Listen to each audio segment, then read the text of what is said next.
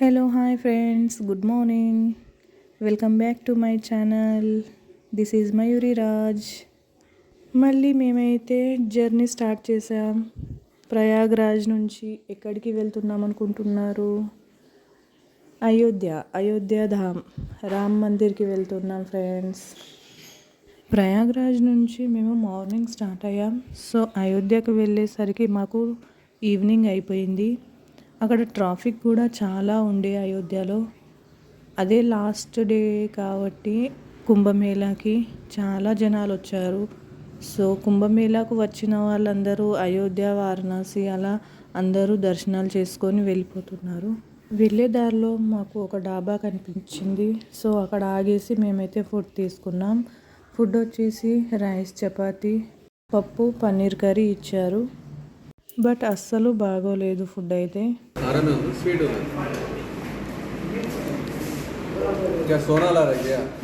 ఇలా బయటికి వచ్చినప్పుడే మనకు ఇంట్లో ఫుడ్ విలువ తెలుస్తుంది. ఎలా ఉన్నా తినాలి కాబట్టి తప్పదు.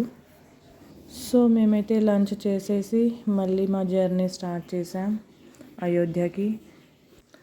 ప్రయాగ్రాజ్ నుండి అయోధ్య వచ్చాక అక్కడ ఒక 15 కిలోమీటర్స్ దూరంలో మేమైతే చాలా ట్రాఫిక్లో ఇరుక్కున్నాం. ఒక 2 అవర్స్ మేము ట్రాఫిక్లోనే ఉన్నాం. తర్వాత ఒక అతను వచ్చి చెప్పారు, ఈ ఊర్లో ఒక పక్క సైడ్ నుండి ఒక దారి ఉంది అయోధ్యకు వెళ్ళడానికి అని అతను చెప్పాడు. సో మేము అక్కడ నుండి బ్యాగ్ తీసుకొని మళ్ళీ మేము సైడ్ నుండి మేము వెళ్ళిపోయాం. ఆ ట్రాఫిక్లో 2 అవర్స్ మేము కార్లో కూర్చొని ఎప్పుడు క్లియర్ అవుతుందా అనుకుంటూ చూస్తూ ఉన్నాము. తర్వాత కార్ దిగేసి పక్కన నిల్చున్నాము. మా ఆయన అయితే ట్రాఫిక్ క్లియర్ చేయడానికి అందరినీ ఇలా పక్క నుండి వెళ్ళిపోమని చెప్తున్నాడు. సో ఆ టైంలో చాలామంది అక్కడ రేగి చెట్టు ఉండే సైడ్లో. సో అందరూ రేగి పండ్లు కోసుకుంటుంటే నేను వెళ్ళాను. వాళ్ళు కోసిన ఆ కాయలు నాకు ఇచ్చారు.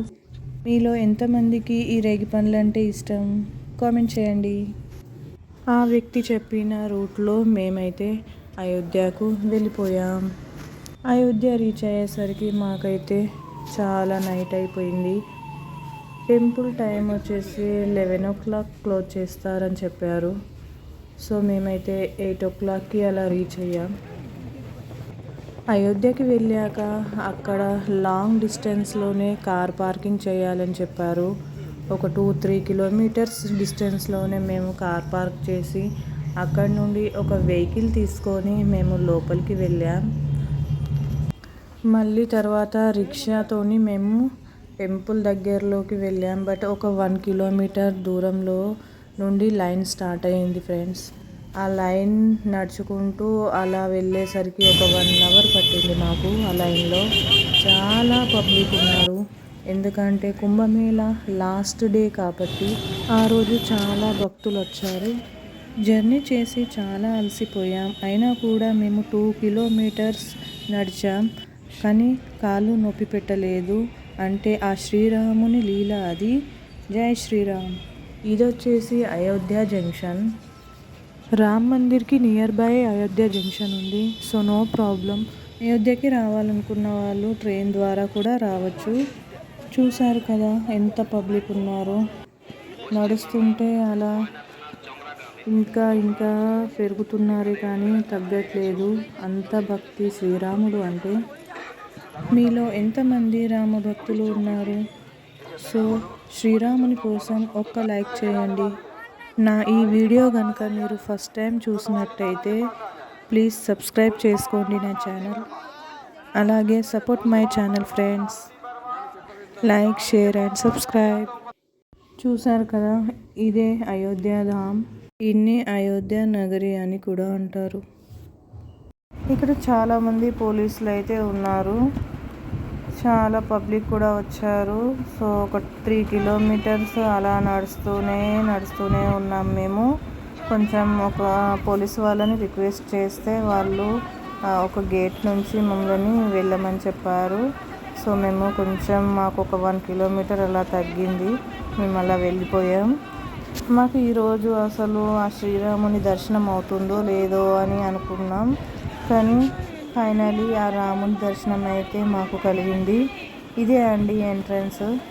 ఇక్కడ నుండి ఎంటర్ అయ్యాక ఆల్మోస్ట్ 1.5 కిలోమీటర్ టెంపుల్ దగ్గరికి వెళ్ళడానికి మళ్ళీ నడవాలి. చూసారు కదా, ఇలా స్టీల్ బ్యారిగేడ్స్ కూడా ఉంటాయి. అందరూ నడుచుకుంటూ అలా లైన్లో వెళ్తున్నారు. జై శ్రీరామ్ అనుకుంటూ. ఆ రామస్మరణ ఎంత బాగుంటుంది. రాముడిని తలుచుకుంటూ అలా 1.5 కిలోమీటర్ నడుచుకుంటూ వెళ్ళిపోయాం మేము. సో మేమైతే 2 సార్లు దర్శనం చేసుకున్నాము. పోలీస్ వాళ్ళని రిక్వెస్ట్ చేసుకొని మళ్ళీ సెకండ్ టైం దర్శనానికి వెళ్ళాము. ఇంకా గుడి చాలా రాముని అయోధ్య దేవాలయం నిర్మాణం జరుగుతుంది. సో ఈ జనం అయితే చాలా ఎక్కువ ఉన్నారు. అయోధ్య రామ్ మందిర్లో ఇంకా వర్క్ నడుస్తూనే ఉంది. ఇంకా చాలా పెండింగ్ వర్క్ ఉంది. ఆ వర్క్ పూర్తి కాగానే మళ్ళీ ఒకసారి అయోధ్యకి వెళ్ళి చూడాలి. అప్పుడు చాలా ఇంకా బ్యూటిఫుల్గా ఉంటుంది. అయోధ్య మందిరం అయితే చాలా బాగుంటుంది. ఏదైతే ఏంటి, మొత్తానికి మా అయోధ్య రామయ్య దర్శనం అయితే చాలా చాలా బాగా జరిగింది. ఇవండి మా అయోధ్య రామయ్య దర్శనం విశేషాలు. ఈ అయోధ్య వీడియో మీకు కనుక నచ్చినట్టయితే please like, share and subscribe. Ayodhya అంటే రాముడు జన్మించిన పుణ్యస్థలం. రాముడు అంటే పేరు ఒకటే కాదు, రాముడు అంటే దేవుడు ఒక్కడే కాదు. ఒక్క మాటలో చెప్పాలి అంటే రాముడు అంటే మన ఊపిరి. ఆ శ్రీరాముల వారి కోసం మనం ఏదైనా చేస్తాం. కానీ 2024 వరకు ఆయనకే గుడి లేకుండా పోయింది. దాదాపు 500 సంవత్సరాల తర్వాత సాధువులు, కరసేవకులు ఇలా ఎంతోమంది ప్రాణత్యాగ పోరాటాల వల్ల అయోధ్యలో ఆ రాముల వారి గుడి కట్టడం జరిగింది. ఒక 1 ఇయర్ తర్వాత ఇప్పుడు రామ్ మందిర్ ఎలా ఉందో మీకు చూపిస్తాను. నెక్స్ట్ ఇంకో 1 ఇయర్ తర్వాత మాత్రం రామ్ మందిర్ పూర్తిగా కంప్లీట్ అవుతుంది అనుకుంటున్నాను. అప్పుడు చూడడానికి ఇంకా చాలా బాగుంటుంది. తప్పకుండా ప్రయాగ్రాజ్ అండ్ కాశీ, అయోధ్య ఈ 3 పుణ్యక్షేత్రాలు తప్పకుండా దర్శించుకోండి. ఎక్కువ డిస్టెన్స్ కూడా ఏమీ లేదు. 160-170 కిలోమీటర్స్ దూరంలోనే ఉంది. తప్పకుండా దర్శించుకోండి. ఆ శ్రీరాముని ఆశీర్వాదాలు పొందండి మీరు కూడా.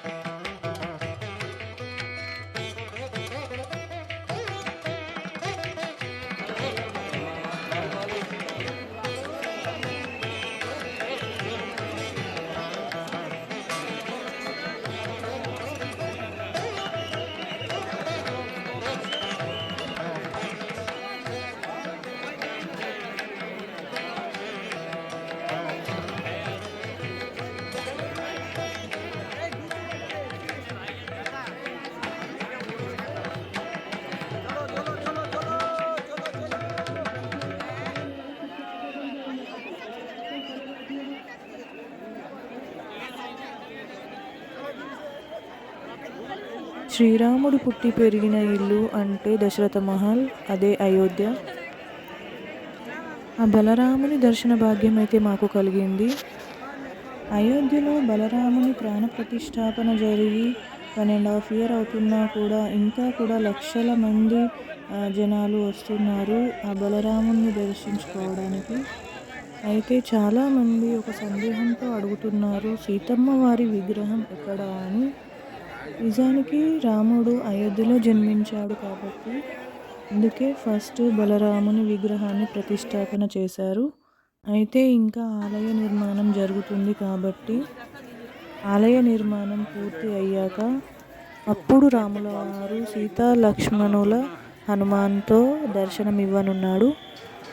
జై శ్రీరామ్. అయితే మీరు కూడా అయోధ్య బలరాముని దర్శనం చేసుకోవాలి అనుకుంటున్నారా? అయితే అయోధ్యకి చేరుకోవడం కోసం రైలు, బస్సు అలాగే విమాన మార్గాలు కూడా ఉన్నాయి. కాబట్టి మీకు కూడా బలరాముని దర్శన భాగ్యం కలగాలని మనస్ఫూర్తిగా కోరుకుంటూ జై శ్రీరామ్. సో గాయస్, ఇదే అయోధ్య రామ్ మందిర్ ఫుల్ టూర్. ఎలా ఉంది? మీకు కనుక నచ్చినట్టయితే నా ఈ వీడియో లైక్ చేయండి, షేర్ చేయండి, అలాగే సబ్స్క్రైబ్ చేసుకోవడం మర్చిపోకండి. Please support my channel. అయితే మరో కొన్ని వీడియోస్తో మళ్ళీ మీ ముందుంటాను. Thanks for watching this video. Bye bye.